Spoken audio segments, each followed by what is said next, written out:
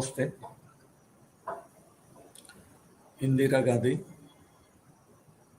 Open યુનિવર્સિટીની અંદર સ્વયંપ્રભા ચેનલમાં આપ સૌ વિદ્યાર્થી મિત્રોનું સ્વાગત છે. આધુનિક યુરોપના ઇતિહાસની અંદર 1880થી 1939ના સમયગાળાના સંદર્ભમાં આજે આપણે તુષ્ટિકરણની નીતિને આગળ વધારીશું. આપણે શરૂઆત કરીએ તે પહેલા યાદ રાખીશું કે આ ઇતિહાસનો વર્ગ છે. ઇતિહાસની અંદર આપણે સમય અને સ્થળના સંદર્ભમાં અભ્યાસ કરીશું. આજના સમયને યાદ ન રાખતા એ સમયના લોકો શું કરી શકે, એમણે શું કર્યું, કેમ કર્યું, એની પાછળ કયા કારણો જવાબદાર હતા, વગેરે વગેરે વાતને ધ્યાનમાં રાખીને આપણે ચર્ચા કરીશું. બારી સેટ ખોલી રાખજો પાછા. આજે આપણે પ્રથમ વિશ્વયુદ્ધ બાદ જે તુષ્ટિકરણની નીતિ અપનાવવામાં આવી એ અંગે અધૂરી વાત આગળ ધપાવીશું. શા માટે ઇંગ્લેન્ડ અને ફ્રાન્સે, સવિશેષ ઇંગ્લેન્ડે તુષ્ટિકરણ કર્યું? આપણે આ વાત કરીશું ત્યારે સાથે સાથે એ પણ યાદ રાખીશું કે જે જુદા જુદા પ્રવાહો સાથે ચાલી રહ્યા છે એ સમયની અંદરના એ પ્રવાહમાંનો મુખ્ય પ્રવાહ જે નવજાગૃતિથી શરૂ થયો કે સમાજના વધારે ને વધારે લોકોને સુખી કેવી રીતે કરી શકાય. આ પ્રક્રિયાની અંદર અનેક પરિબળો સામેલ થાય છે. એનાથી ક્રમશઃ લોકોની સુખની ટકાવારીની અંદર સુધારો થાય છે, પરિવર્તન થાય છે. પરંતુ સાથે સાથે મેન ઇઝ એ સેલ્ફિશ એનિમલના નાતે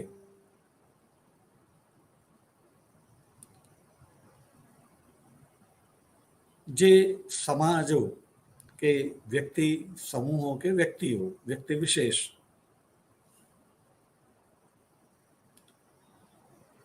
એ પોતાના ખાસ કરીને આર્થિક હિતો એ જોખમાય છે ત્યારે એને સુરક્ષિત કરવા માટે સ્વાર્થી નીતિ અખત્યાર કરે છે. આપણે એ પણ યાદ રાખવું પડશે કે સમય જે છે એની અંદર ધર્મનું પણ પ્રાબલ્ય હતું. સામાજિક મોભાનું પણ એક પ્રાબલ્ય હતું અને એના થકી પણ ઘણા લોકો જે છે કેટલાક હિતો એમના સાચવતા હતા અથવા તો એમના હિતો સચવાતા હતા. નવા પ્રવાહોને પરિણામે એમના હિતો જે છે એને નુકસાન ન થાય, એ એમની પ્રાથમિકતા રહેતી હતી. પરિવર્તનને એ લોકો પણ સમજતા હતા.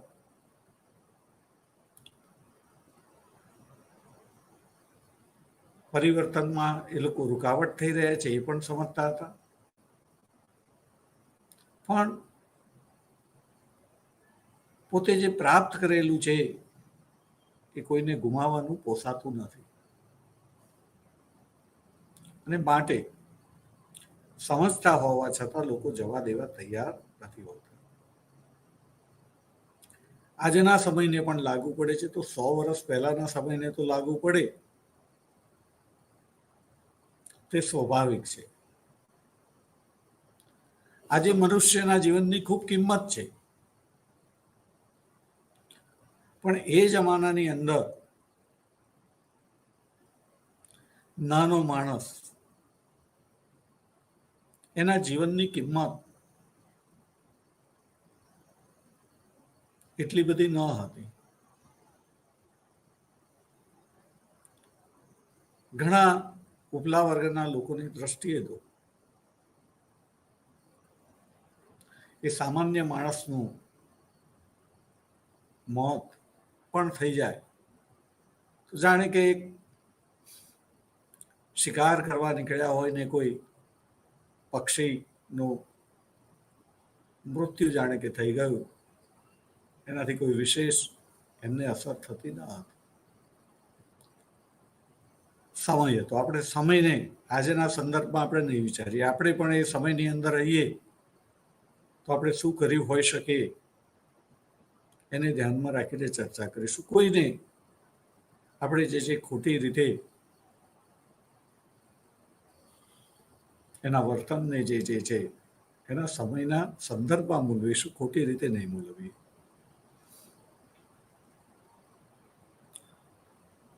તો પ્રથમ વિશ્વયુદ્ધ જે છે પછી આ નીતિ કેમ અખત્યાર કરવામાં આવી, એના ગયા લેક્ચરમાં આપણે 3 મહત્વના પરિબળોને ધ્યાનમાં રાખવાની વાત કરેલી હતી. નંબર 1, ઔદ્યોગિક ક્રાંતિ.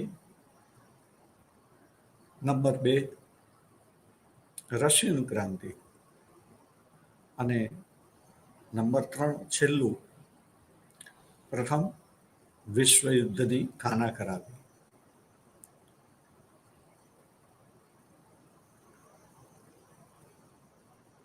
પ્રથમ વિશ્વયુદ્ધે જે વિનાશ કર્યો હતો અને ભવિષ્ય કેવું હશે, ખૂબ મોટો પ્રશ્નાર્થ હતો. એવા સંજોગોની અંદર દરેકની સામે અસ્તિત્વ ટકાવવાનો પ્રશ્ન હતો. ફરીથી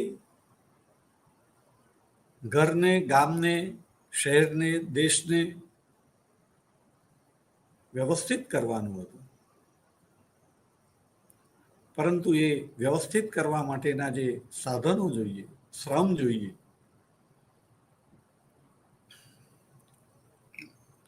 એ દેખાતો ન હતો. ત્યારે સ્વાભાવિકપણે જે પ્રત્યાઘાત આવે એનો પણ આપણે ખ્યાલ રાખીશું. સાથે સાથે એ પરિસ્થિતિની અંદરથી લાભ ઉઠાવનાર પરિબળો પણ હતા કે હાલ જે પરિસ્થિતિ છે એમાંથી કઈ રીતે લાભ ઉઠાવી શકાય. સાથે એ પરિબળો હતા પણ કે જેમને લાભ તો નહોતો ઉઠાવવો, પણ વધારે જે છે ત્યાંથી નુકસાન ન થાય અને પોતાનું જે કંઈ છે એ ટકી રહે, એના માટેની પણ મથામણ હતી. ત્યારે એક બાજુ પ્રથમ વિશ્વયુદ્ધનો વિનાશ હતો અને બીજી બાજુ જે બચેલું હતું એની અંદર પણ રશિયન ક્રાંતિને પરિણામે જે નવી વિચારધારા ઉદ્ભવી હતી, કામ કરે તે ખાય, કામ કરે તેને મતાધિકાર, સત્તા શ્રમજીવીઓના હાથમાં હોવી જોઈએ, ખાનગી મિલકતનો નાશ થવો જોઈએ, સંપત્તિનું સરકારીકરણ કે રાષ્ટ્રીયકરણ થવું જોઈએ, વર્ગવિહીન સમાજ રચના હોવી જોઈએ, અનેક પક્ષોને બદલે એક પક્ષ હોવો જોઈએ, ધર્મનું પ્રભુત્વ જે છે એ નાબૂદ થવું જોઈએ. આવા ઘણા બધા પરિબળો રશિયન ક્રાંતિને પરિણામે માત્ર રશિયામાં નહીં, રશિયામાં તો સફળ થયા હતા, સફળ જવા થઈ રહ્યા હતા, માર્ગ ઉપર પ્રશસ્ત થઈ ચૂક્યા હતા, પણ જે દેશોમાં આવી સામ્યવાદી ક્રાંતિ નથી થઈ, પણ ત્યાંના શ્રમજીવીઓની અંદર જે જાગૃતિ આવેલી હતી એને પરિણામે દુનિયાના મૂડીવાદી લોકશાહી દેશો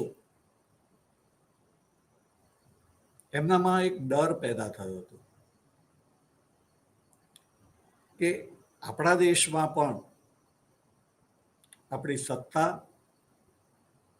અને સંપત્તિ ચાલી તો નહીં જાય ને. પરિણામે આપણે યાદ રાખીશું કે રશિયાની ક્રાંતિને એ સમયે યુરોપના કે બીજા કોઈ પણ દેશે સામ્યવાદી સરકારને માન્યતા આપી ન હતી. એમની દ્રષ્ટિએ શાસનનું આવું કોઈ સ્વરૂપ હોય જ ન શકે, હોવું ન જોઈએ. પરિણામે એ સામ્યવાદી લેનિનની સરકારને માન્યતા તો ન આપી, સાથે સાથે રાષ્ટ્રસંઘની જે રચના થઈ એની અંદર રશિયાને સભ્યપદ પણ આપવામાં ન આવ્યું.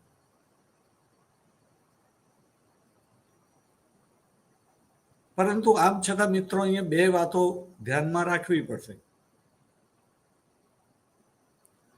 નંબર 1, આત્મનિર્ણયનો અધિકાર, અને બીજું લોકમત. 19મી સદી આખી લોકશાહીની સદી હતી.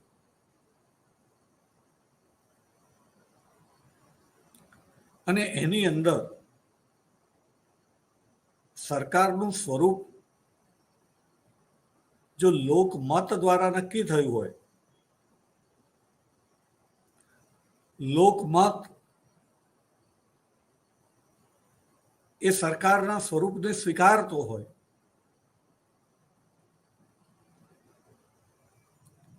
પ્રજાના આત્માના અવાજ પ્રમાણે એને નિર્ણય કરવાનો અધિકાર છે. અને જ્યારે એ પ્રજાએ એ શાસન વ્યવસ્થા સ્વીકારી હોય તો નૈતિક રીતે એ બીજાને ગમતી હોય કે ન ગમતી હોય, પણ એ કાયદેસર શાસન વ્યવસ્થા ગણાય.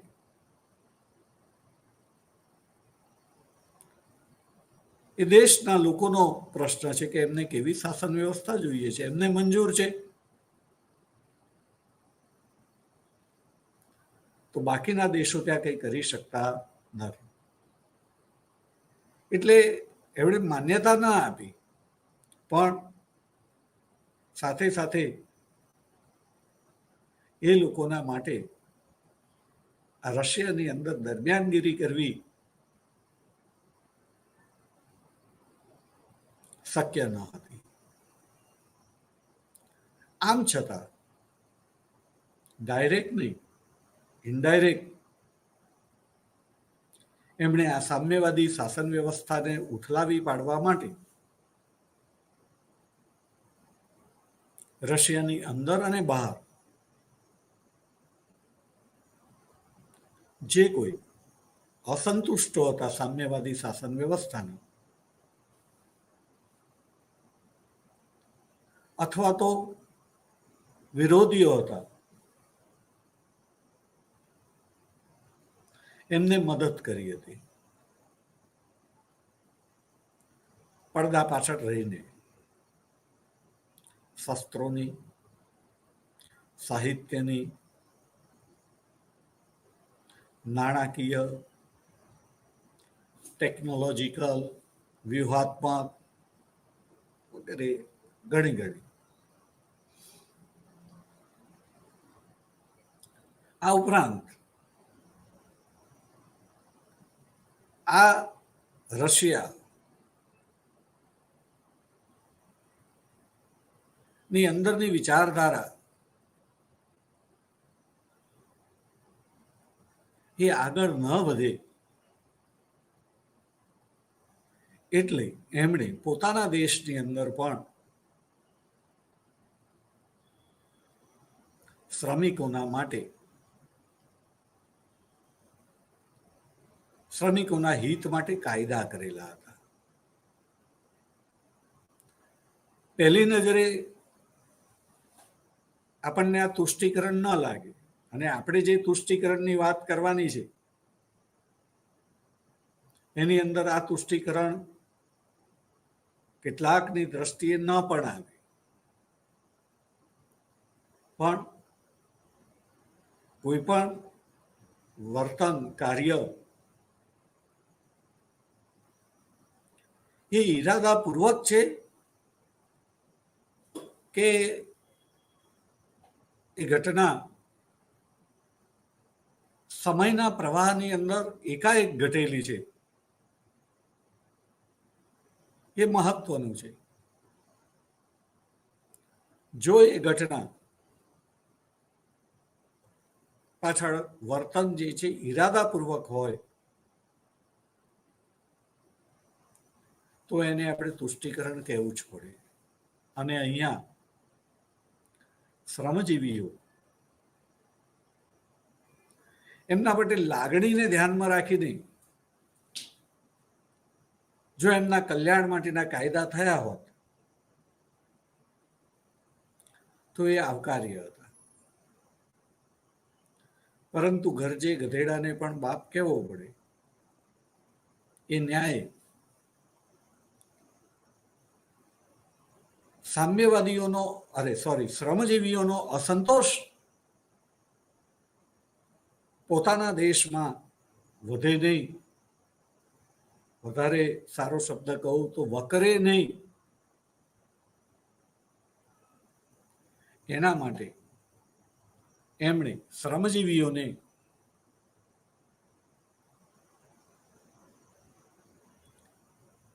કેટલાક ફાયદાઓ કરીને એમને એવી સ્થિતિમાં મૂક્યા કે જો તમે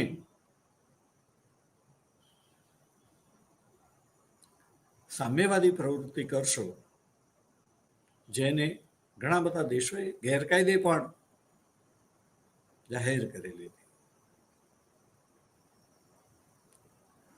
તો તમે અપ્રિય બનશો. શક્ય છે કે તમે જ્યાં નોકરી કરતા હોય તમારી નોકરી પણ જાય, કે કંઈક બીજું પણ જાય, અને પરિણામે શ્રમજીવી વર્ગ એવો વર્ગ છે કે જેની પાસે કશું જ ન હોય તો એ કંઈક કરવા તૈયાર થઈ જાય છે, કારણ કે એની પાસે ગુમાવવાનું કશું હોતું જ નથી. અને જો કંઈક પ્રાપ્ત થાય તો આવતીકાલ એ વધારે સારી બને માટે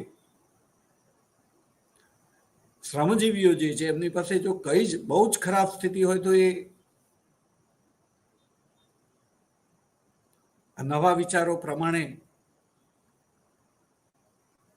સરકાર વિરુદ્ધ, શાસન વ્યવસ્થા વિરુદ્ધ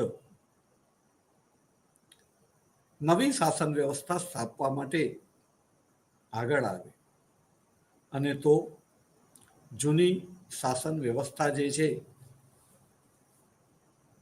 એને કંઈક સહન કરવાનું આવે. પરિણામે એમણે આ એક કેટલાક એવા ટુકડા મૂકેલા હતા કે જે સાચવવા માટે થઈને પ્રજા, ખાસ કરીને શ્રમજીવી પ્રજા, એ સામ્યવાદથી દૂર રહે. મને આ વાત કહેવા માટે એક નાનકડી વાર્તા કહેવાનું ગમશે.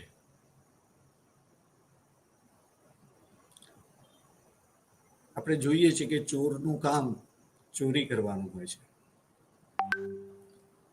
એમ એક ચોર જે છે એક દિવસ ચોરી કરવા નીકળ્યો હતો.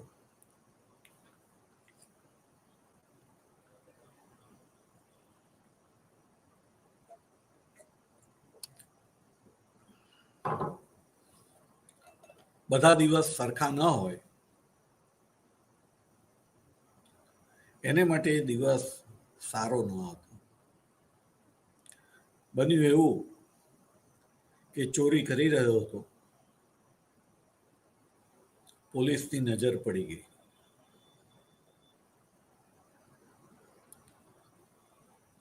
પછી આપ જાણો છો, તમે પોતે પણ ચોર પોલીસની રમત નાના હશો, રમ્યા હશો.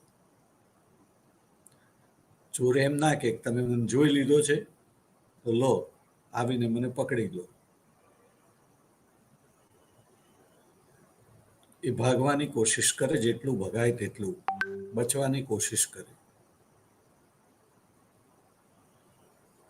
અને ચોર એણે ભાગવાનું શરૂ કર્યું. પોલીસે એની પાછળ ભાગવાનું શરૂ કર્યું. કંઈક ખાંચો આવે એટલે વળી જાય.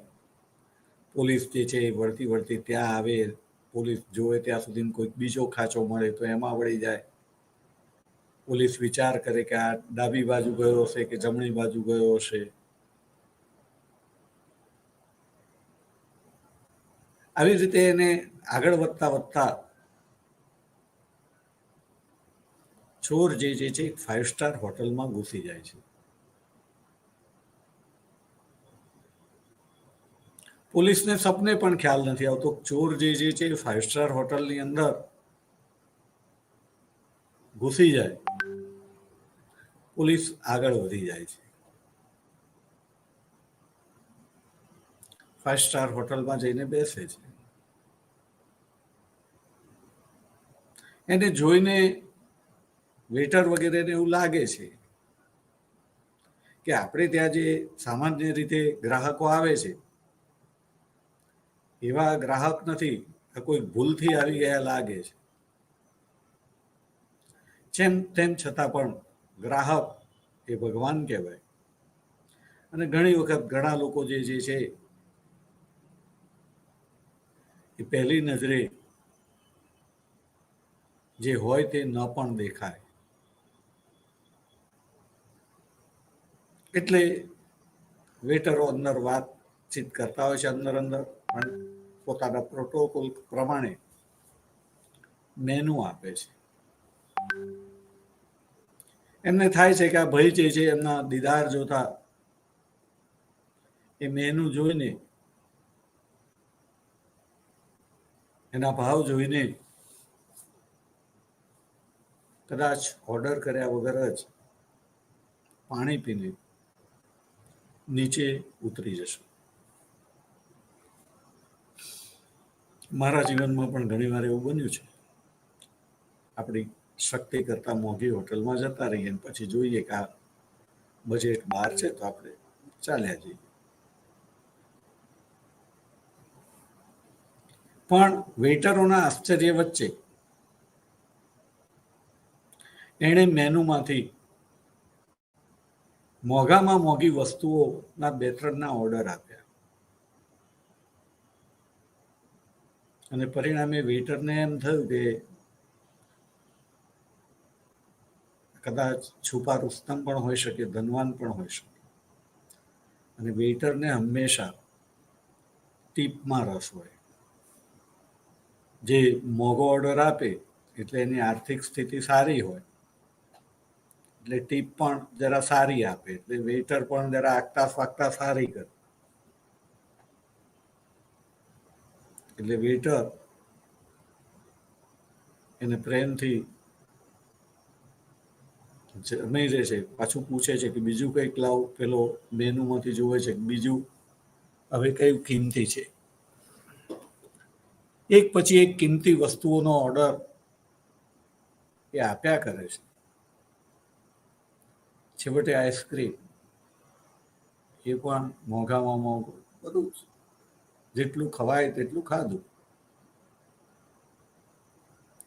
વેઇટર બિલ લાવવાનું કહે છે કે પતી ગયું હોય તો બિલ લાવો. એટલે કહે છે કે એની જરૂર નથી. એટલે ફરી પેલા આવ્યો અને જે મનમાં શંકા ગઈ હતી એ ફરીથી પાછી આવી કે આપણને લાગતું હતું એવું જ, આ તો ગરબડ છે. મેનેજરને વાત કરે છે, ભાઈ આ કોઈ લોચો લાગે છે કે મેનેજર આવે છે. ખબર પડે છે કે પૈસા છે નહીં અને ભાઈએ ખાઈ લીધું છે. મેનેજર કહે છે કે પોલીસને બોલાવો. ચોર કહે છે કે એ તો પાછળ આવે જ છે.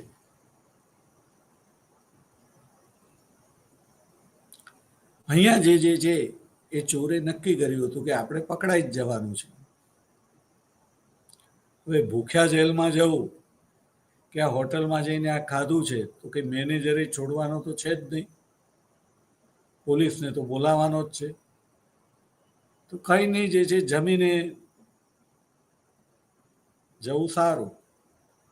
પરિણામે એણે ખાધું હતું અને મેનેજરે કહ્યું કે પોલીસને બોલાવું. કે છે કે હા બોલાવો, એ તો આવે જ છે, તમે નહીં બોલાવો તોય આવશે, તમે બોલાવી લો જલ્દી આવશે.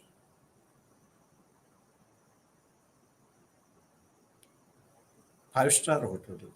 મેનેજરના માટે, ચોરના માટે બરાબર છે, એક વ્યક્તિ તરીકે કિંમત ઘણી બધી હોય ખોરાકની, પણ મેનેજરને થાય છે ક્યાં પોલીસના લફડામાં પડવું, જવા દો ને. અને એને કાઢી મૂકે છે, જા જા ફરીથી આવતો નહીં.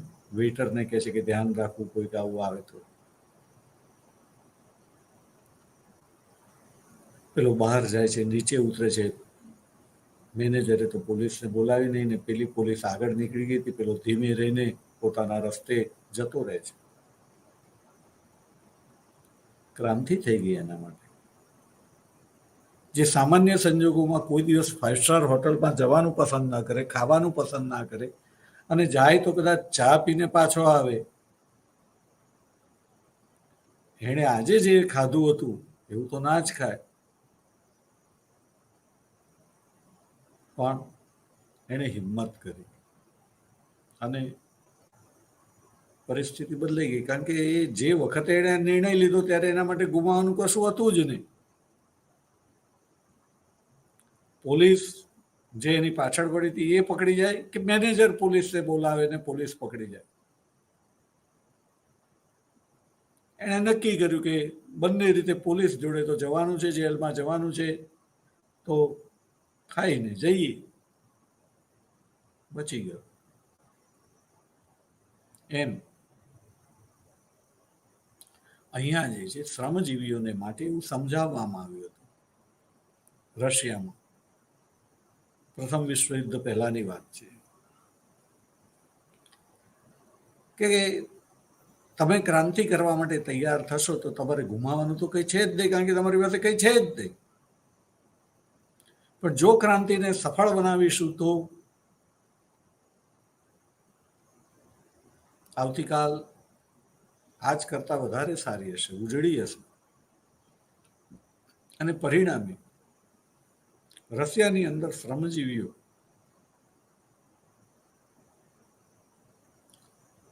ક્રાંતિકારી તરીકે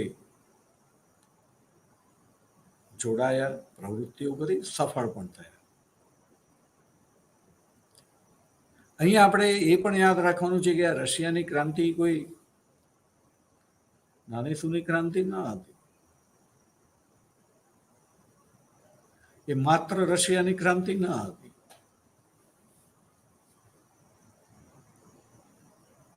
વાર્તા મેં તમને એમને જ નથી કીધી, એ સમયની અંદર લઈ જવા માટે મેં તમને કીધી છે. લોકોની સ્થિતિ બહુ ખરાબ હતી. એવું કહેવાય કે વર્ષનો ત્રીજો ભાગ, 3 ભાગના સમયમાં લોકોની પાસે ખાવાનું કશું રહેતું ન હતું. એક જ સિઝન સારું ખાવા મળતું હતું.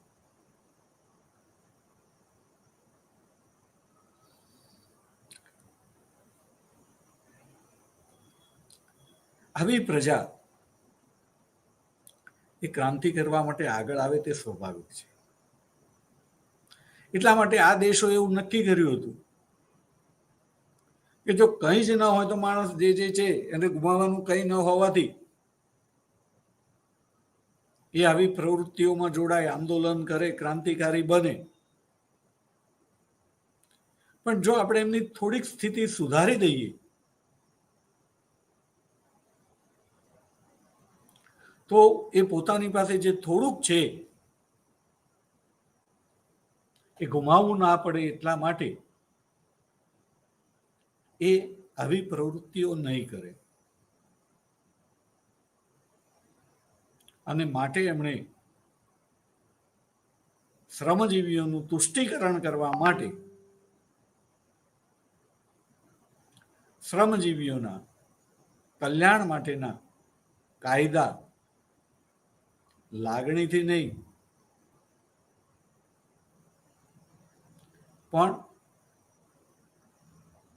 સમયને ધ્યાનમાં રાખીને મજબૂરીથી કર્યા હતા એમ કહીશું તો ચાલશે.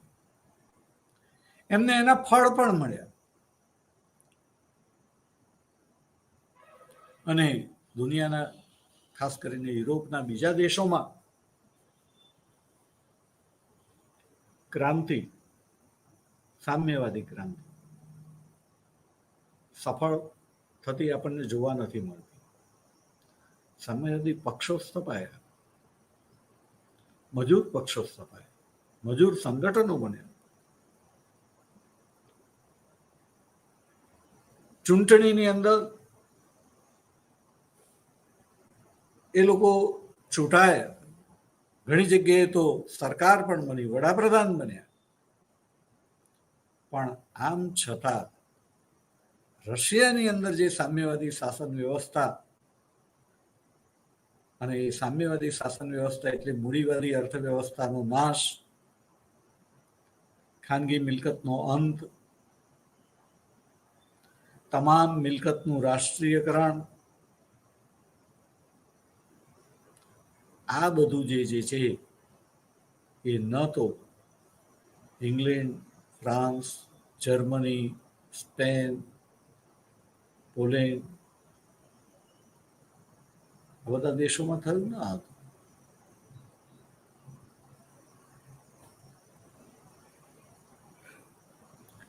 અને એ રીતે એ આ તુષ્ટિકરણ એના માટે જવાબદાર હતું એમ ઘણા વિદ્વાનોનું કહેવું છે.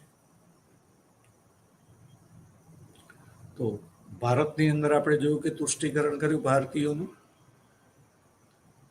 અહીંયા પોતાના દેશના શ્રમજીવીઓનું તુષ્ટિકરણ કર્યું. આગળ જતા જરૂરિયાત એ સંશોધનની જનેતા છે એ ન્યાય. યુદ્ધ પછી તાત્કાલિક તો ચીજ વસ્તુઓની અછતને કેવી રીતે પહોંચી વળવું એ પ્રશ્ન હતો,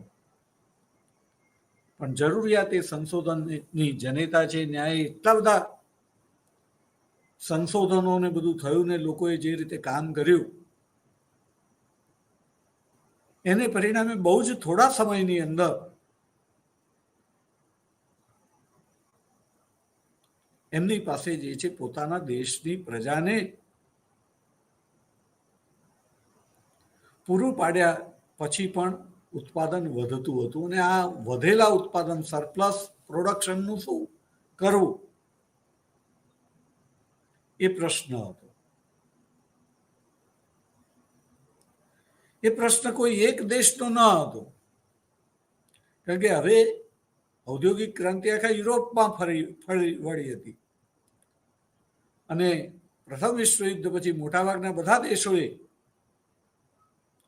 ફરી પાછું ઉત્પાદનને બહુ ઝડપથી યુદ્ધ પહેલા જે સ્થિતિ હતી 1914માં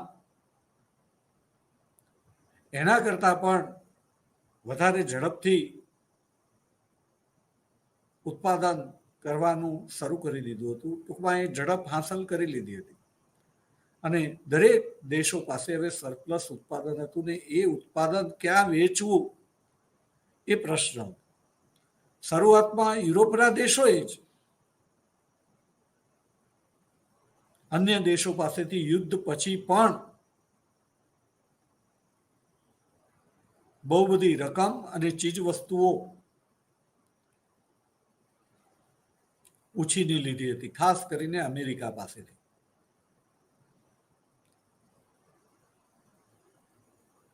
ત્યારે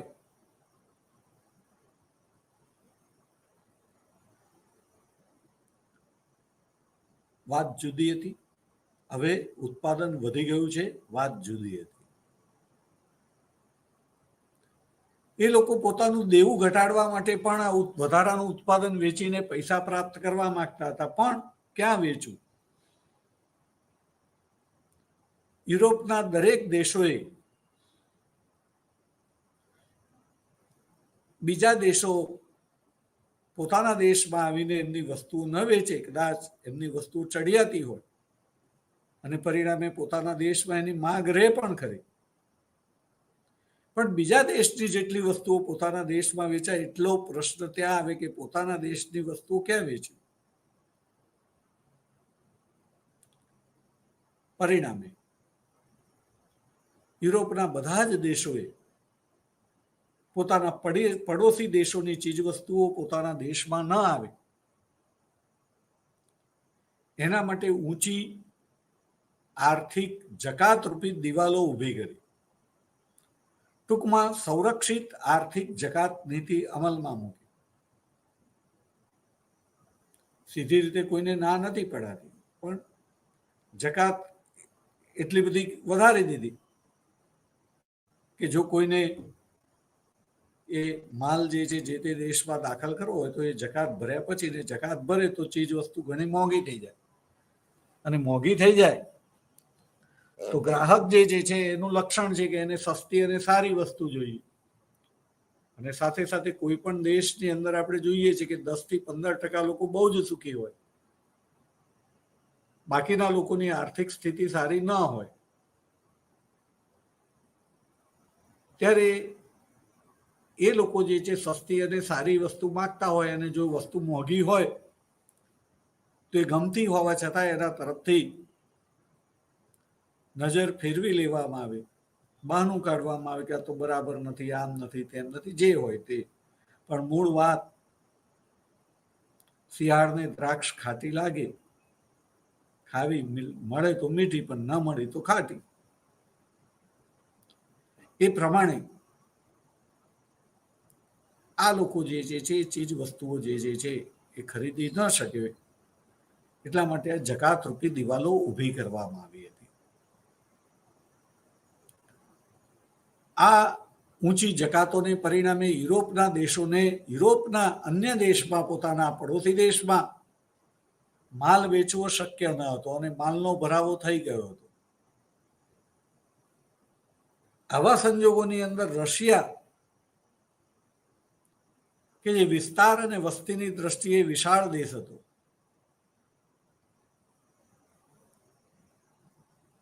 આ દેશોને પોતાના વધારાના ઉત્પાદન માટે કાચો માલ પણ જોઈતો હતો, એ આપણે યાદ રાખીશું. અને કાચો માલ જેટલો નજીકથી મળી રહે એટલું ભાડું ઓછું થાય અને એટલી વસ્તુ સસ્તી થાય. પરિણામે દેશો જે છે, યુરોપના દેશો, એ હવે રશિયાને એક બજાર તરીકે જોવે છે. અહીંયા આપણે યાદ રાખીશું કે પ્રથમ વિશ્વયુદ્ધ પછી આ દેશો જે છે એ ઝડપથી બેઠા થઈ શક્યા હતા, એટલી ઝડપથી રશિયા બેઠું નહોતું થઈ શક્યું. કારણ કે ત્યાં આ નવી સરકારને જે વિરોધીઓનો સામનો કરવો પડ્યો, આંતરિક અને પડદા પાછળ રહેલા બાહ્ય દુશ્મન, એને પરિણામે ત્યાં આંતર વિગ્રહ ફાટી નીકળ્યો હતો. અને જે 3 વર્ષ ચાલ્યો હતો, 18 થી 21,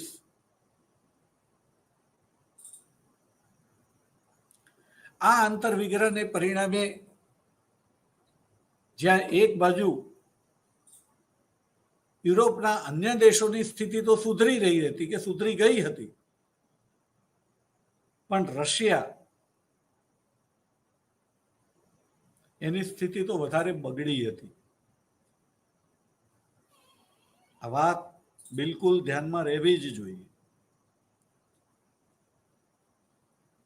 અને આ બગડેલી સ્થિતિની અંદર ચીજ વસ્તુઓની એટલી બધી તંગી હતી કે જો એ પૂરી કરવામાં ના આવે તો રશિયાની અંદર જ સામ્યવાદી શાસન વ્યવસ્થા ખુદ સામ્યવાદીઓ ઉથલાવી નાખે, એવો લેનિનને પણ ડર લાગ્યો હતો.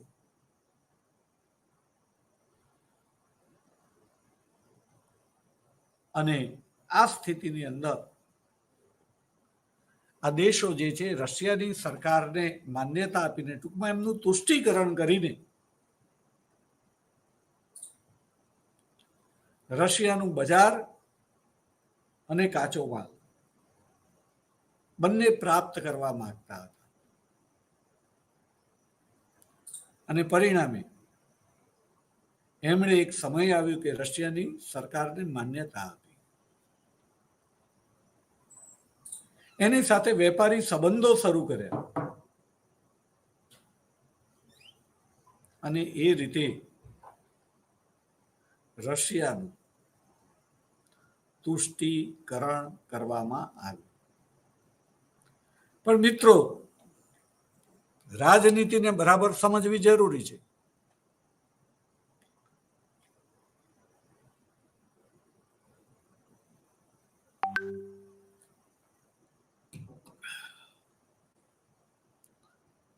એક બાજુ બજાર તરીકે રશિયાની મદદ લેવી છે, એની સાથે દોસ્તી કરવી છે, દોસ્તીનો હાથ મિલાવવો છે. પણ બીજી બાજુ હજી પણ આ સામ્યવાદી શાસન વ્યવસ્થા અને અર્થવ્યવસ્થા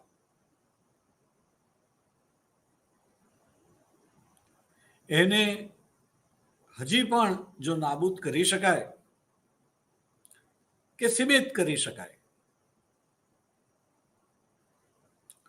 તો એને માટેના તમામ પ્રયાસો જે છે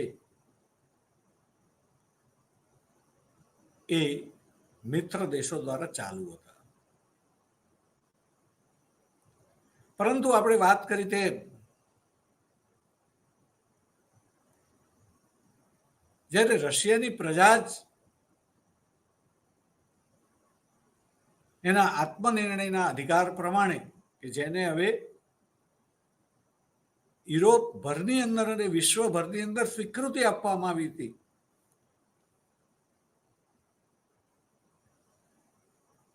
અને એ પ્રજા જ્યારે આત્મનિર્ણયના અધિકાર પ્રમાણે એ શાસન વ્યવસ્થાને સ્વીકારતી હોય તો આપણે શું કરી શકીએ? ત્યારે એ લોકો ડાયરેક્ટ આ શાસન વ્યવસ્થાને સીમિત કરવાથી કે એનો અંત કરવાથી એમણે મોં ફેરવી લીધું હતું કે હવે આ શક્ય નથી. પરંતુ એમને મુસોલિની અને હિટલર ના સ્વરૂપમાં બે એવા નેતાઓ મળ્યા કે જે સામ્યવાદના કટ્ટર વિરોધી હતા.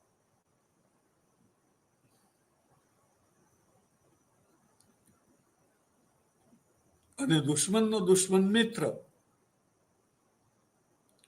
એ ન્યાય મૂડીવાદી દેશોને, ખાસ કરીને ઇંગ્લેન્ડ અને ફ્રાન્સને એવું લાગ્યું કે જો આ બે નેતાઓ જે છે મજબૂત થશે તો એ સામ્યવાદને કંટ્રોલ કરશે. મિત્રો, અહીંયા આપણે યુરોપની પ્રજાનો પ્રજામત, એની અંદર ઇંગ્લેન્ડ અને ફ્રાન્સની પ્રજાનો પ્રજામત અને દુનિયાની અન્ય દેશોની પ્રજાનો પ્રજામત શું હતું એ પણ ધ્યાનમાં રાખવું જરૂરી છે. તમારા મગજમાં હોવું જ જોઈએ. જો ન હોય તો આપણે જે વાત અત્યારે કરી રહ્યા છીએ તમને ન સમજાય. આપણે જોઈએ છીએ કે 1688 થી ઇંગ્લેન્ડની અંદર રક્તવિહીન ક્રાંતિ થઈ અને ત્યારથી ત્યાં રાજા શાહી રહી ખરી, પણ રાજાએ રાજ કરવાનું છોડી દીધું હતું. અને 88 પહેલા ત્યાં પાર્લામેન્ટ હતી નહીં, પાર્લામેન્ટ હતી પણ એ રાજ નથી કરતી. એની જગ્યાએ 88 પછી હવે પાર્લામેન્ટ રાજ કરવા માંડી. એટલે કે 88 પહેલા ત્યાં આગળ બંને વસ્તુ હતી, પણ ફેર એ હતો કે 88 પહેલા પાર્લામેન્ટ જે છે એની પાસે નિર્ણય કરવાની શક્તિ ન હતી. નિર્ણય તમામ રાજા કરતો હતો, એટલે કે રાજા રાજ કરતો હતો. એની જગ્યાએ 88 પછી રાજાએ રાજ કરવાનું છોડી દીધું ને રાજ કરવાનું પાર્લામેન્ટે શરૂ કર્યું.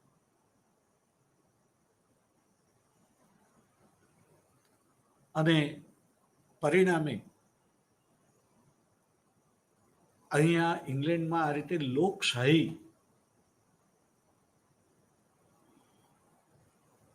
એનો વિકાસ થયો હતો. લોકમતનું, પ્રજામતનું, આત્મનિર્ણયના અધિકારનું ઇંગ્લેન્ડની અંદર ખૂબ જ સેવન થયું હતું.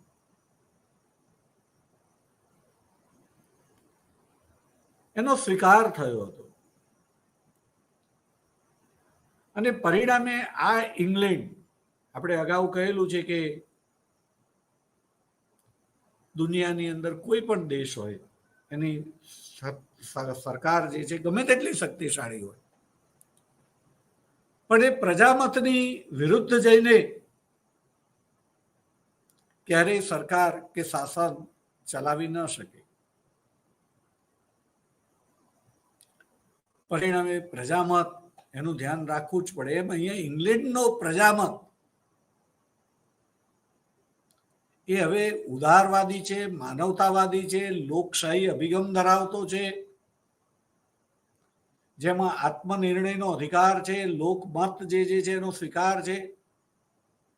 ત્યારે રશિયાની પ્રજા જે છે એના પ્રજામતને, એ પ્રજાના આત્મનિર્ણયના અધિકારનું પણ એટલું જ સન્માન કરવામાં આવે છે. એ શાસન વ્યવસ્થા કેવી છે કેવી નહીં, આપણને ગમે છે કે નહીં, એનાથી એ પ્રજાને કોઈ લેવા દેવા નથી. એ પ્રજાને ગમે છે, વાત પૂરી થઈ ગઈ. જેમ કે આપણે લગ્નના કાયદાની અંદર જોઈએ છીએ કે બાળક, દીકરો કે દીકરી 18 વર્ષના થાય એ પછી એમના જીવનના તમામ નિર્ણયો કરવાની સત્તા એમની પાસે હોય છે. એમને હવે પુખ્ત સમજદાર ગણવામાં આવે છે. એ સારો નિર્ણય લે તો એના સારા ફળ એમને મળે, ખોટો નિર્ણય લે તો એના ખોટા ફળ એને મળે, પણ એને જે નિર્ણય કરવો એ નિર્ણય કરવાની સત્તા હવે એને મળે છે. પરિણામે એને એ જીવન સાથીનો પ્રશ્ન હોય, એને પસંદ કરેલું પાત્ર માતા પિતાને ગમતું ન હોય, અને છતાં માતા પિતાને એના આત્માના અવાજને સ્વીકારવો પડે છે, એના અંતઃકરણના અવાજને, એટલે કે આત્મનિર્ણયને સ્વીકારવો પડે છે, પસંદ હોય કે ન હોય. કારણ કે એને અધિકાર મળેલો છે ને એનો અધિકાર છે કે એને કેવું પાત્ર જીવન સાથી તરીકે જે છે પસંદ કરવું. એ જ રીતે અહીંયા જે છે જે તે દેશની પ્રજાને કેવું શાસન પોતાને જોઈએ છે નક્કી કરવાનો અધિકાર એ જે તે દેશની પ્રજાનો છે.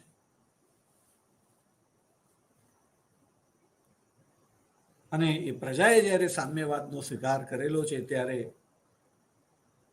ઇંગ્લેન્ડની પ્રજા એ રશિયન પ્રજાના આત્મનિર્ણયના અધિકારનું સન્માન કરે છે. અને માટે ઇંગ્લેન્ડની સરકાર પણ જો અહીંયા પ્રજામત અને શાસકો ઉદ્યોગપતિઓના હિતો જુદા જુદા હોય છે, એટલે એ લોકો જે છે શાસકો ઉદ્યોગપતિઓ એ સામ્યવાદી શાસન વ્યવસ્થા અને અર્થવ્યવસ્થાનું બાળમરણ નિપજાવવા માંગતા હતા. પણ પ્રજામતને ધ્યાનમાં રાખીને એ લોકો અમુક હદથી આગળ વધી શકતા ન હતા. ઇંગ્લેન્ડની વાત થઈ. ફ્રાન્સની આપણે વાત કરીએ તો ફ્રાન્સની અંદર 1789 અંદર ક્રાંતિ થઈ હતી.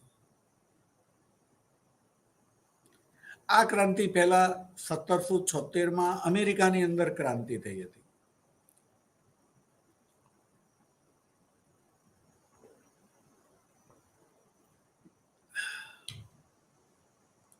અને એ અમેરિકન ક્રાંતિકારીઓને મદદ કરવા માટે ફ્રાન્સના સૈનિકો ગયેલા હતા કે જે પોતાની સાથે આ સ્વતંત્રતા, સમાનતા, લોકશાહી, આત્મનિર્ણય, લોકમત, પ્રજામત વગેરે વિચારો લઈને આવ્યા હતા. ઉદારમતવાદ, માનવતાવાદ, સમાનતાવાદ. હવે અમેરિકાથી ફ્રાન્સની અંદર પ્રવેશેલ હતું. ફ્રાન્સના લોકોએ ક્રાંતિ કરી અને ક્રાંતિ પછી જે રીતે યુરોપ વ્યાપી યુદ્ધો થયા અને નેપોલિયન કે જે ક્રાંતિનું બાળક હતો,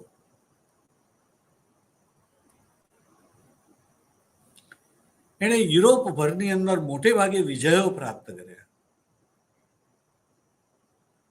જે તે દેશોની સરહદો બદલી નાખી, શાસન વ્યવસ્થાની અંદર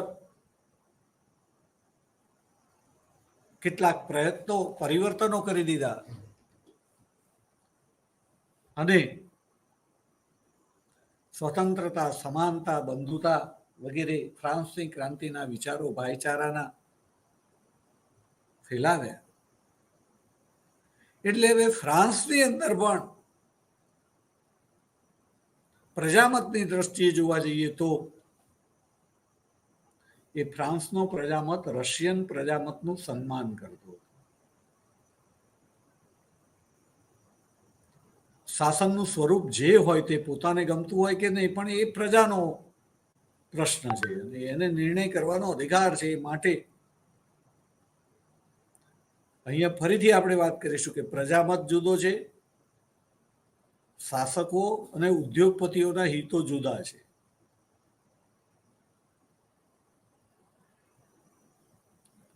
અને પરિણામે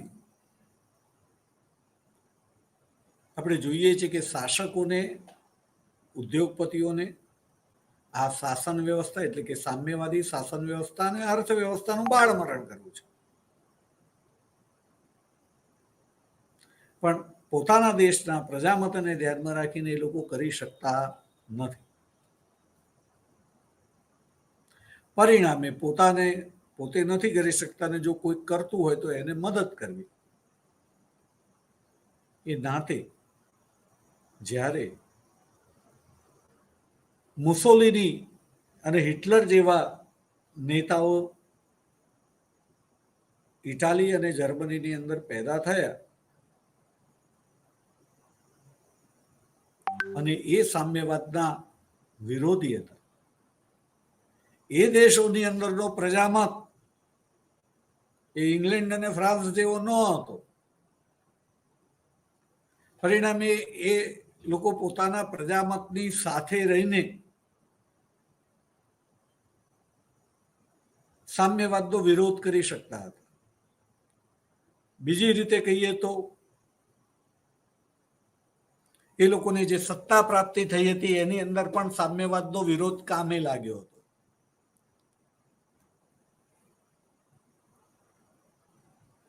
અને પરિણામે ઇંગ્લેન્ડ અને ફ્રાન્સને એવું લાગ્યું કે જો આ દેશોને આપણે મદદ કરીશું તો એ જાણે કે આપણું જ કામ કરવાના છે, માટે એમને મજબૂત કરવા. અને પરિણામે ઇંગ્લેન્ડ અને ફ્રાન્સે મુસોલિની અને હિટલરનું તુષ્ટિકરણ કર્યું. એમને ડાયરેક્ટ નહીં પણ ઇનડાયરેક્ટ જે કંઈ મદદ થઈ શકે તે મદદ કરી એવું વિદ્વાનોનું કહેવું છે.